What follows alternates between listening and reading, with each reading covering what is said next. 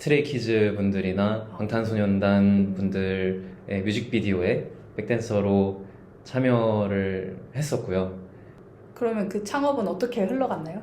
그 주에 좀 순간적으로 앱스토어 막 상위권 10위 이내에도 들고 오. 했었어요. 식음료 분야에서. 뭔가 성공 가도를 가는 것 같았으나 하나, 둘, 이제 셋. 안녕하세요. 저는 홍별리사고요. 저는 김하늘 변리사라고 합니다. 저는 60기 변리사로 합격해서 지금 일하고 있는 김하늘이라고 하고요.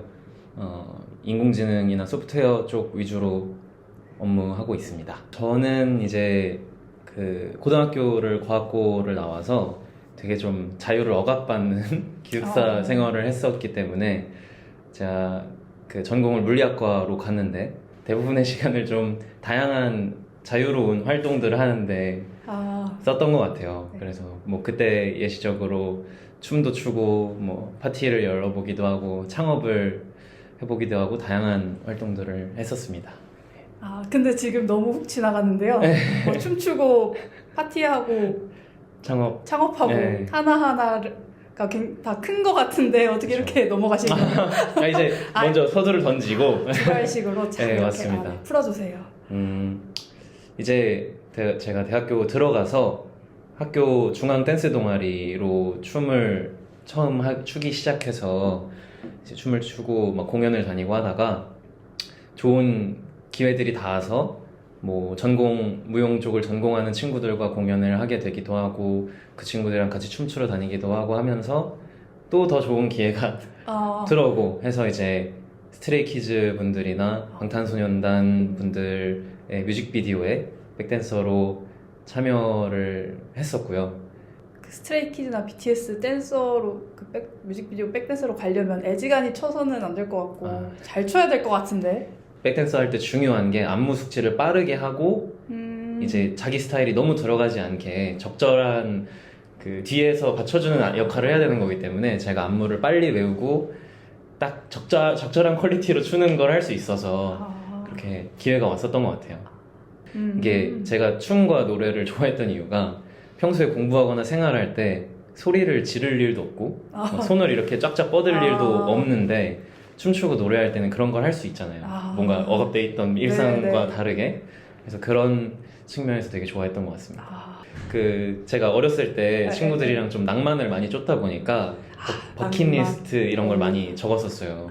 우리 어렸을 때 초등학생 때는 생일 파티를 크게 하기도 하는데 성인 돼선 그렇게 안 하니까 그걸 성인 돼서 해보고 싶다라는 생각하에 맨 처음에 이제 생일 파티로 시작을 했었고요. 2018년도에 생일 파티를 열었는데 그때 막 한 40-50명 정도 친구가 놀러 오고 하면서 시작을 해서 그 다음에 막 연말 파티도 해보고 약간 셀럽분들을 부르는 셀럽 파티도 해보고 이제 제가 창업을 했을 때 앱스토어랑 플레이스토어에 런칭하고 나서 런칭 파티도 해보고 뭐 이런 느낌으로 해봤던 것 같습니다. 또 한편으로는 그렇게 한번 파티를 열다 보면 인간관계가 정리가 되기도 하고 좀 정립이 되기도 해요. 이 친구는 정말 좋은 친구, 이 친구는 약간 좀 애매한 친구. 그럼 이제 다음 생일 파티에서 빠지고 약간 그렇게 되기도 하죠. 네. 그 다음에 창업 얘기도 또 이제 할 게 참 많긴 한데 제가 그 대학생 때는 학점도 잘 안 챙기고 좀 뭐 어떻게 취업 적당히 하겠지 정도로만 생각을 하고 제가 경험하는 데 위주로 활동을 하다가 어느 순간에 좀 그런 어린 나이에 창업을 해서 성공한 친구들을 사귄 때가 있었는데 그렇게 되니까 저도 또 막상 관심이 가더라고요. 저보다 막 어린데 회사를 팔아서 돈을 막 몇 억대 몇십억대를 벌고 하는 걸 보니까 저도 그때 흥미가 생겨서 나도 해봐야겠다 라고 하면서 좀 좋은 친구들이랑 창업을 하는 기회가 몇 번 생겼고 그렇게 몇 번의 창업을 반복하다가 마지막으로 했던 게 이제 술집을 추천해주는 앱을 만들었었어요. 그래서 강남부터 시작해서 뭔가 맥주 마시고 싶은데 뭐 데이트면 어떤 곳, 뭐 와인인데 뭐 좀 힙한 데면 어떤 곳 이런 식으로 좀 소셜 데이터를 끌어와서 필터링 해가지고 분류해서 추천해주는 서비스를 만들었었는데 이제 그때가 어떻게 보면은 제 인생에서 가장 열정적인 불꽃을 처음으로 태워봤던 때죠. 그런 아이템 선정은 별사님이 좋아하는 그쵸. 워낙 술 마시고 노는 거 좋아하기도 했고 가장 친한 친구랑 이제 전화를 하다가 우리 술로 뭐 해보면 안 돼? 뭐 이런 얘기가 나와서 뭐 디벨롭을 하다 보니까 그 술로 뭐 해볼까 하고 나서 2달 뒤에 앱이 나왔었어요. 네. 행동력이 엄청나시네. 그렇죠. 근데 이 창업이 사실 어떻게 보면 이제 지금 시대에 보면은 어떤 미래에 내가 뭘 하든지 간에 하나의 스펙으로 될 수도 있겠다라고 생각해서 창업하는 사람들도 있을 것 같은데 요즘 진짜 많죠. 그런 그쵸? 게. 그런 목적은 전혀 아니셨던 거예요? 네, 그때는 정말 저는 회사 크게 만들어서 엑시트해야지 뭐 이런 생각으로다가 네, 어린 나이였지만 그런 생각을 했고 실제로 주위에 그런 사람들이 있다 보니까 뭔가 스펙으로 삼아서 취업을 잘해야지라는 생각을 한 번도 못 해봤던 것 같아요. 그거를. 그러면 그 창업은 어떻게 흘러갔나요? 지금은 어떻게 됐나요? 정말 제가 막 2만 원 원형 탈모 5군데가 생길 정도로 몸을 혹사하면서 열심히 사업을 만들었었고 그래서 그 주에 좀 순간적으로 앱스토어 막 상위권 10위 이내에도 들고 했었어요. 식음료 분야에서.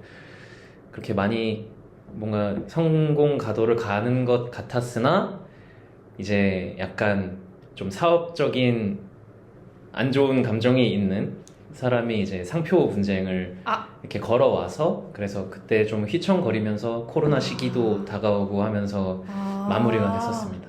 네. 그런 뭔가 분쟁에 휘말리셨었구나. 그쵸. 악의적인 그 법률적인 악의적인이 아니라 정말 마음적으로 악의적인 싫어해서 상표의 선출원 그걸로. 변호사님이 싫어해서 약간 망하게 하려고. 그쵸. 약간 뭐 질투 어린 감정인지 싫은 마음인지 복수하고 싶은 마음인지 모르겠지. 그렇게 했어가지고 상상도 못했었고 이렇게까지 나쁜 짓을 상표라는 제도를 악용해서 할 줄은 몰랐으니까 그때 처음으로 뭐 변리사에 대한 것도 알게 됐었던 것 같아요. 특허랑 상표가 이런 거구나 라는 느낌으로. 변리사님은 그런 그 소위 말하는 이런 루트라 그래야 되나? 네. 그런 일반적인 평범한 그런 루트를 좀 가지 않겠다라고 하는 게 뭔가 굳게 있으셨어요? 어렸을 때부터? 이게 뭔가 그렇게 해야겠다라기보다는 타고난 좀 반골 기질 같은 느낌과 그리고 이제 어떻게 보면 저에 대한 믿음? 하고 싶은 걸 이렇게 실컷 해도 나중에 어떻게든 풀릴 거야 라는 그런 게 있었던 것 같습니다. 그거는 그 부모님의 어떤 가정교육이나 그 자식교육으로 인해 형성되는 건가요? 아니면 스스로 그렇게 뭔가 기질을 타고난 거? 형성해 주신 것도 되게 큰 것 같아요. 뭐 어머니나 아버님이 항상 뭐 너는 잘할 수 있다라는 말씀도 많이 들었던 것 같고 그리고 많은 기회를 저한테 제공해 주셔서 어렸을 때부터 작은 성공 경험들이 있었기 때문에 그래서 뭐 하면 되겠지 이런 정도의 생각이었던 것 같아요. 사실 20대 때 그렇게 내내 도전하고 성공도 하고 근데 이제 성공의 횟수가 많을수록 실패 횟수도 그만큼 많다는 거라서 그때 좌절도 하고 슬퍼하기도 하고 낙담도 많이 했었던 것 같습니다. 근데 그게 또 배움이 되기도 했고요. 이제 아까 그 전문성을 키우기 위해서 취업을 하셔야겠다고 그쵸. 마음 먹었다고 하셨는데 그때 이제 판교에 있는 경기 창조경제혁신센터라고 스타트업들을 보육하고 지원 사업하는 이제 나라 돈으로 운영되는 그런 곳이 있었는데 거기에 제가 이제 매니저 주임으로 들어가서 일을 하게 됐고요. 그 창업을 하다 보니까 다른 사람들은 어떻게 하지가 너무 궁금하더라고요. 근데 이제 그런 보육센터 같은 데 들어가면 그때 저희 보육기업이 한 200개 정도가 됐었는데 그곳들 사업계획서를 제가 다 검토해 볼 수가 있잖아요. 그래서 다른 잘 되는 사람들은 이렇게 하는구나, 좀 애매한 사람들은 이렇게 하는구나를 볼 수 있었기 때문에 그래서 들어갔던 게 가장 컸고 그때 제가 모시고 있던 멘토님이 추천을 해주셔서 그렇게 취업을 했었고요. 뭐 1년 정도 쭉 읽어보니까 대략 이렇게구나 라는 느낌을 받았고 그렇다면 내 이제 지식이 해결됐으니까 그럼 내가 할 수 있는 건 뭐지로 넘어왔단 말이에요. 근데 그렇게 됐을 때 항상 제가 사업을 기획하고 하면서도 고민이 됐던 게 다른 사람이 저한테 당신은 뭘 할 수 있는 사람입니까? 라고 물어봤을 때 뭐라고 대답해야 될지가 되게 애매한 거예요. 전 이런 사업을 기획할 수 있습니다 라고 하면 뭐 아이디어 내는 건 저도 할 수 있는데요. 이렇게 될 수 있고 사실 기획자라는 포지션이 성과로 증명해야 되는 거다 보니까 저는 사업을 만들어서 이런 매출을 냈습니다가 돼야지 만들어 봤습니다는 의미가 없더라고요. 그럼 전문성을 뭘 할까? 나 평생 과학을 해왔고 법률 관심이 있는데 그러면 전문직 중에서 뭔가 확실한 라이센스 중에서 변리사를 된다면 그런 이런 창업 쪽에서도 되게 관련이 깊고 하지 않을까라는 생각에 변리사를 시작하게 됐죠. 그때. 그럼 변리사를 해야겠다고 마음을 먹은 순간부터 또 공부에 올인. 그쵸. 그래서 한 20년 12월 그때쯤부터 고민을 하다가 21년도 4월쯤에 해야겠다라고 생각해서 어머니한테 전화해가지고 나 회사 때려치고 공부할 건데 2년만 지원을 해주세요 라고 해서, 근데 또 어머님이 오케이를 마지못해 하셨어요. 약간 마지못해. 그래서 그러고 나서 그 다음 주에 퇴사하고 그 다음에 공부를 시작했던 것 같습니다. 그래서 거의 2년만 합격하신 거죠? 그쵸. 제가 딱 그 21년도 1학기랑 여름 계절학기까지 학교를 다녔고 그 다음에 7월부터 본격적으로 공부를 시작해서 23년 7월 시험에 합격을 했으니까 딱 워낙 자기 하고 싶은 대로 하던 사람이고 친구들도 네가 무슨 수험생이야, 너가 무슨 앉아서 공부야 이렇게 말했던 상황이라서 저도 실제로 초반에는 막 새벽 3시에 자고 오후 1시쯤에 일어나서 공부를 막 시작하고 이런 좀 어떻게 보면 나태한 수험생활로 시작을 했다가 점차 좀 정신을 차려가는 과정이었던 것 같아요. 1차 시험이라는 게. 그래서 저는 12월 막 1월 이때 학원 모의고사를 봤을 때 평균이 막 55점 이런 식으로 나왔거든요. 1차 평균이. 그래서 와 진짜 어렵겠다 라고 해서 중간에 마음을 비우고 학원 강사 면접도 보러 다녔어요. 변리사 못하겠다 하면서 안 될 것 같은데 바로 다음 그래서 실제로 저기 그 압구정 쪽에 학원에서 합격을 해가지고 출근을 할까 말까 하던 시기까지 있었고 근데 그래도 이왕 했으니까 해보자, 나중에 후회하겠다라고 해서 그 이후에 진짜 1월, 2월 시험 직전에는 정말 열심히 공부를 했던 것 같습니다. 별쌤 결정의 속도가 엄청 빠르시네요. 근데 그만큼 결정을 자꾸 여기 이거 했다가 저거 했다가 결정을 너무 많이 합니다. 결정할 거리가 너무 막 계속 생기나 보다. 그쵸. 머릿속에서 하나 하면 쭉 갈 필요도 있는데 또 다른 대안들이 막 생각이 나니까. 근데 그걸 해야지 풀리는 거죠. 안 될 것 같아 그러면 학원 강사 면접 자리를 알아봐서 면접까지 봐야지 이게 불안이 해소가 되는 거죠. 그쵸. 그때 안 갔으면 또 안 될 것 같은데 계속 이 생각을 할 거니까 하면서? 오히려 그때 제 마음을 더 확인할 수 있었던 것 같아요. 면접 가서 출근하세요 라고 했을 때 제가 고민하는 제 모습을 보면서 난 이걸 일단 해봐야 되겠구나. 신기하다. 근데 그때 들어본 바로는 이제 강의도 좀 하셨다고. 그 동차 수험 기간 때는 과외를 좀 했었다가 기득이 됐을 때는 동네 학원에서 과학 강사를 하면서 공부를 했었습니다.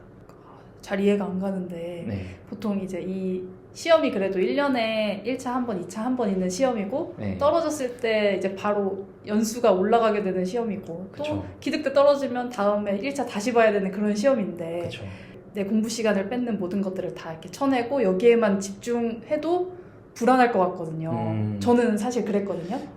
그랬는데 어떻게 그 강사를 병행하면서 공부를 하실 수 있으셨는지가 궁금해요. 이게 제가 동차 때도 정말 좀 열심히 해서 동차 때 소수점 탈락을 했었단 말이에요. 2차 시험을. 그래서 그때 생긴 자신감도 약간 있었던 것 같고 제가 주말에 그렇게 일을 병행했던 건 제가 성실하고 착실한 스타일은 아니거든요. 좀 이것저것 많이 하긴 했지만 자기 재밌는 것만 하고 좀 놀면서 하고 이런 게 강한 사람이라서 그래서 일주일 내내 공부하는 건 제가 못할 것 같아서 좀 리프레시 개념으로다가 평일에 오히려 열심히 공부하고 주말에 애들 가르치면서 조금 저도 쉬면서? 머리를 좀 식히기도 하고 힐링도 하다가 다시 또 평일 가면 열심히 하고 그리고 저는 가장 힘들었던 게 사실은 이 시험에 떨어질까 하는 불안감도 당연히 크지만 사회에서 동떨어져 가는 기분이 제일 무섭기도 했거든요. 뭔가 생산성 없는 한낱 수험생으로서 고시오 패스. 혹시 안 되면 나는 이 시간이 좀 의미 없어지지 않을까 하는 불안감? 그게 제일 컸어서 그 약간의 생산성이라도 주말에 제가 뭔가 해내는 게 제 멘탈에 오히려 좀 안정적인 역할을 했던 것 같아요. 그러면 이제 그렇게 변리사가 되셨고 2년 전에 되신 거잖아요. 그죠? 2년차 변리사로서 그간 이제 변리사를 하시면서 또 변리사만은 안 하셨을 것 같은데 또 어떤 걸 하셨죠?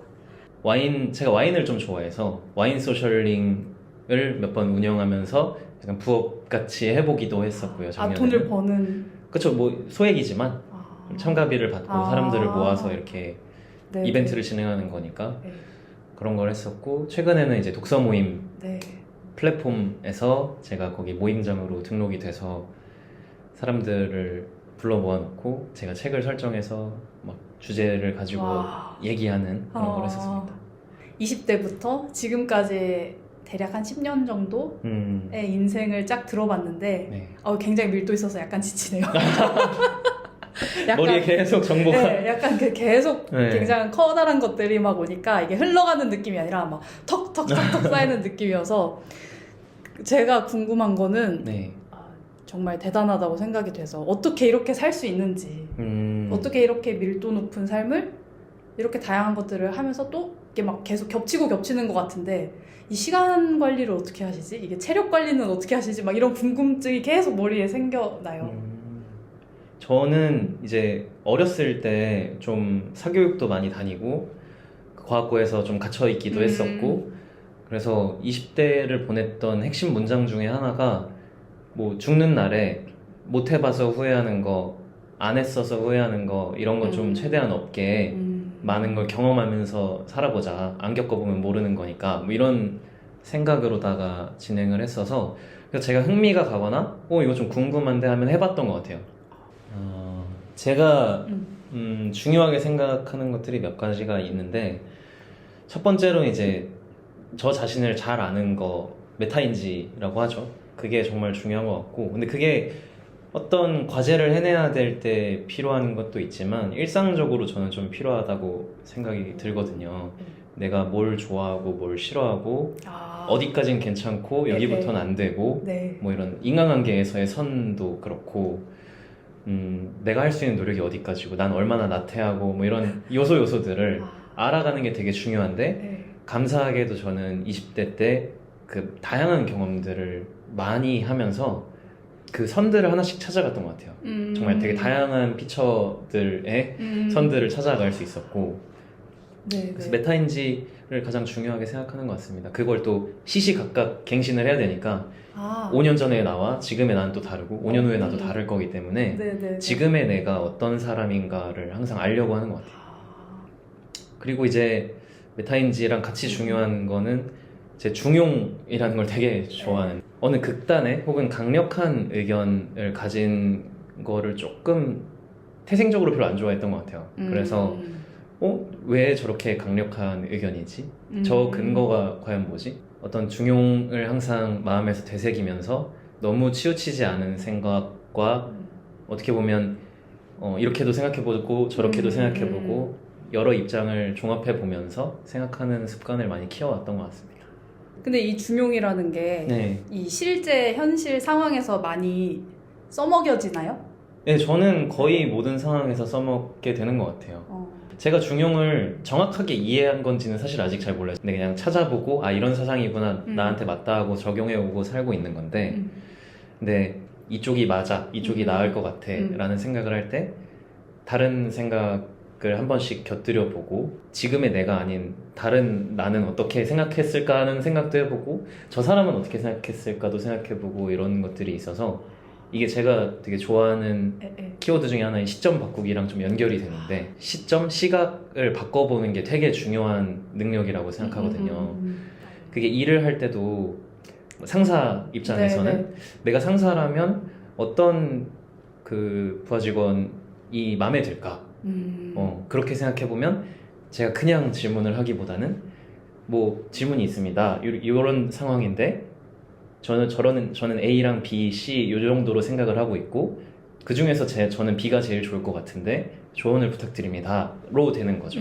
그쪽 입장에서 생각을 하다 보면 일이나 관계나 제 스스로에 대한 성찰에도 적용이 많이 돼서 시점 바꾸기라는 거를 좋아합니다. 그게 딱 그거잖아요. 요새 그 카드 뉴스 같은 걸로 많이 나오는 일잘러. 일잘러들이 하는 질문법 해가지고. 그렇죠. 그런 것들 하는 되게 게 중요한 그런 것 거죠. 같습니다. 이제 회사에서는 그렇게 되는 거고, 뭐 친구 관계에서는 친구의 입장에서, 그렇죠. 고객한테는 또 고객의 입장에서. 네. 어려울 것 같은데, 귀찮을 것 같은데, 어렵다기보다는 할 수는 있는데 내가 막 그렇게까지 해야 돼? 기도 하고. 그게 귀찮기도 한데 조금만 더 생각을 해보면 그렇게 해야 그 뒤에가 잘 풀려요. 그러니까 이게 제가 그 생각을 안 하고 일을 하게 되면 네. 그럼 나중에 자꾸 귀찮은 일이 생기더라고요. 저도 그러지 않았던 순간들이 꽤 있었는데 네, 네. 그래서 그런 걸 미리 잘하면 뒤에 일이 좀 더 단순해지기도 하고 예, 결과적으로는 오히려 일을 덜 할 수도 있는 느낌인 것 같습니다. 알겠습니다. 다음. 네, 그 다음으로는 이제 제가 계획 세우는 걸 되게 좋아하는데요. J세요?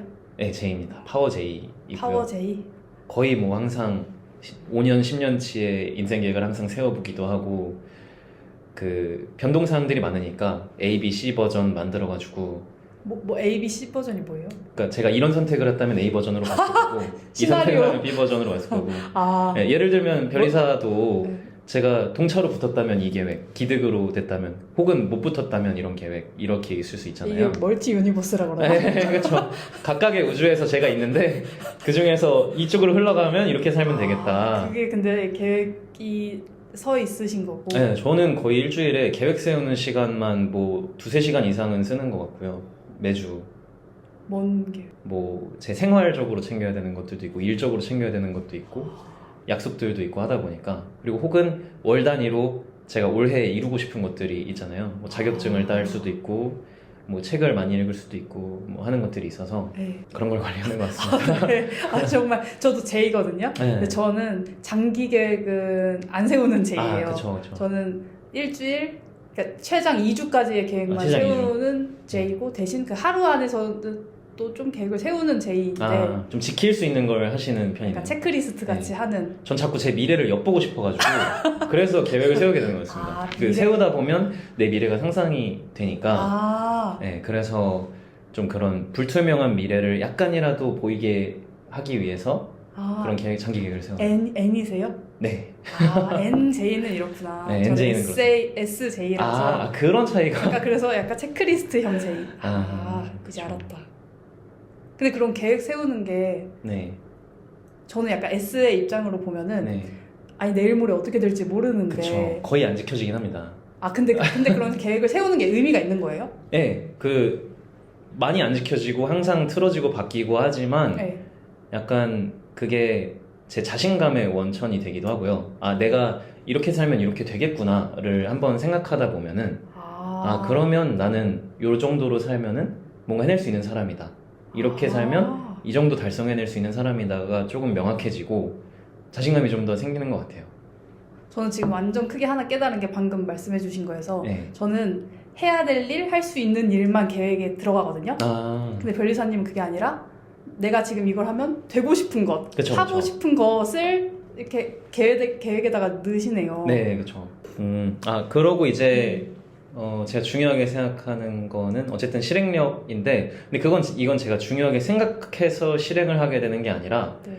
그냥 저는 뭐 하고자 마음 먹었으면 하는 거지가 디폴트인 생각인 것 같아요. 왜 미루지? 왜 안 하지에 오히려 더 가까운 느낌인 것 같고, 미루거나 안 할 이유가 있으면 안 하는데요. 네. 근데 그 이유가 없으면 합니다. 그래서 변리사님이 20대를 이렇게 알차게 보내셨는데 지금 이제 30대가 되신 건가요? 지금 29이고 29. 네, 이제 내년에 30. 내년에 30. 그러니까 네. 그러면 이제 30을 앞두고 있는 29에 지금 이제 뭔가 이 30대로서의 새로운 삶이 열리는 것 같은 그런 느낌도 드실 것 같고. 생각보다 꿈이 소탈하게 이제 네. 소탈하지만 어려운 네. 행복한 가정을 네. 꾸리는 게 네. 가장 핵심 목표라서 네. 30대는 그걸 위해 좀 노력을 하지 않을까 하는 생각이 있고요. 어떻게 보면 저는 20대를 내내 약간 파밍하는 시간으로 보냈던 것 같아요. 지식과 경험과 어떤 능력과 관계들을 열심히 모으고 겪어왔는데 지금 제가 챙겨온 거를 잘 활용해서 네네. 30대 때는 뭔가를 그려내고 싶은 것 같아요. 이제는 뭐 개업을 하든 사업을 하든 네. 그리고 가정을 꾸리든 뭐 못 꾸리든 그런 측면에서 좀 활용을 해보고 싶은 것 같습니다. 사실 사업은 네, 하시면 되는 거고 그렇죠. 개업도 하시면 되는 거잖아요. 그렇죠. 근데 가정을 꾸리는 거는 혼자는 못하죠. 그쵸. 사실 행복한 가정을 꾸리는 게 저도 엄청난 저의 인생 목표였거든요. 네.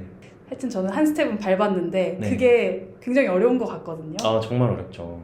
그리고 뭔가 노력의 영역에 있는 게 아닌 것 같기도 하고. 네, 그래서 저도 네. 20대 때 연애하면서도 네. 그런 깨우침들을 많이 아. 얻어왔던 것 같고 아, 네. 상대 입장 바꿔 생각해보고 배려도 해보고 마음을 온전히 막 주기도 해보고 이런 것들을 겪어보면서 네. 또 그런 게 생기셨나요? 그 각 피처에서 어떤 이런 값들이? 그쵸. 네, 제가 좋아하는 거 이해할 수 있는 거, 이해 안 되는 거, 뭐 이런 음. 것들이 있고, 그리고 뭐 좀 마음을 주고받는 법을 또 열심히 겪어왔던 것 같아요. 제가 20대 때 했던 것들이 어떻게 보면 저 혼자 해내는 것들은 잘 없었거든요. 보통 네. 다 함께 했고, 심지어 네. 수험 생활도 가장 친한 친구들이랑 좀 계속 많이 아. 했었기 때문에, 네. 그래서 그런 사람들과 함께하는 10년을 보내면서 마음을 주고받고 나누고 뭐 하는 것들을 배워서 그걸 이제 30대 할 것 같습니다. 그렇죠. 그리고 뭐 네. 일적으로는 사실 네. 그냥 제가 스타트업을 워낙 좋아하니까 네. 사업과 그런 특허 같은 어떤 법률적인 요소들을 네. 잘 이어서 저희가 하는 지식재산권이 실제 사업에 활용되거나 도움되거나 어떤 전략적으로 쓰이는 그런 거를 좀 열심히 해보고 싶습니다. 그런 게 재밌는 것 같아요. 어떤 게? 네, 좀 실제로 활용될 수 있는 네. 사실 저희가 뭐 업무하면서도 약간 이 특허가 어떻게 쓰이면 좋을까가 생각되는 순간들이 꽤 있었던 것 같은데 네. 그런 순간에 이제 얘네를 좀 이렇게 사업적으로 풀어내보면 좋을 것 같은데 하는 순간들이 있어서 네, 그런 걸 해내보고 싶은 생각이 있습니다. 잘하실 것 같아요. 다른 거 하고 싶은 거 그냥 다 잘 하시면 될 것 같아요. 이거 마무리가 아니라 알아서 하세요. 이거 그러니까 알아서 잘 하실 것 같다. 그러니까 뭐 알아서 그 뉘앙스가 좀 이상한데 감사합니다. 알아서 정말 잘 하실 것 같다. 열심히 해보겠습니다. 네네네. 30년? 아예 중년으로 넘어가서 네네네. 예전에 뭐 창업하고 한창 그럴 때는 막 엑시트해서 몇십억, 몇백억을 벌 거야가 되게 꿈이기도 했었던 때가 있었는데 네네. 지금은 어떻게 보면 제가 그 행복한 가정 꿈이 네. 있기 때문에 좀 일하는 시간을 최대한 줄이되 그 작은 시간 안에서 제가 할 수 있는 모든 능력을 표출해내고 그렇지만 돈은 꽤 버는 그런 구조를 만들어내는 게 가장 저는 하고 싶은 것 같아요. 사실은 뭐 이런 말 해도 될지 모르겠지만 네. 직장 나가서 8시간 풀 근무 동안 풀 집중을 하는 상태가 아니기 때문에 네네. 저는 오히려 조금 제가 만든 구조상에서는 네. 컨디션 관리를 쭉 하다가 중요한 순간에 뭐 4시간, 6시간을 정말 빡세게 일하고 그 외에는 좀 삶에 투자하는 이런 삶을 중년에는 살고 싶다 하는 생각을 합니다. 될진 모르겠습니다. 꼭 되실 거예요. 이렇게 세워놨기 때문에 네. 되려고 또 세우셨을 테니까 되실 거라고 생각합니다. 그 마지막으로 네. 인생의 어떤 좋아하는 품고 사는 명언 한마디? 좋은 디자인이라는 거는 간결함을 쫓는 게 아니라 혼란스러움을 다스리는 것이다 라는 말이 있거든요. 네. 근데 이제 그게 저한테 되게 와닿았던 거는 제가 뭐 디자이너는 아니지만 저는 되게 좋아하는 것도 많았고 하고 싶은 것도 많았고 한 것도 많았는데 그게 어떻게 보면 제 이력서나 이런 걸 보면 이 사람 왜 이렇게 번잡해? 뭐 제대로 한 건 뭔데? 라는 부정적인 시각도 있을 수 있었거든요. 그런 얘기를 들은 적도 있었고 근데 저는 그럴 때마다 뭔가 한 우물을 파야 되나 하는 고민들도 했었지만 제가 가진 이런 것 저런 거에도 관심이 많고 그런 거를 폭넓게 이해할 수 있는 저만의 특장점이라고 그걸 받아들여서 그런 제가 가진 어떤 혼란스러운 혹은 조금은 복잡한 이런 흥미와 역량들을 좀 다스리는 방향으로 커가야겠다라는 생각을 했습니다. 정말 기똥차다. 제가 네. 이게 말이 나오네요, 근데. 얼마나 약간 신기하네요. 여기에 가지고 있었으면 네. 또 있나요? 아니요.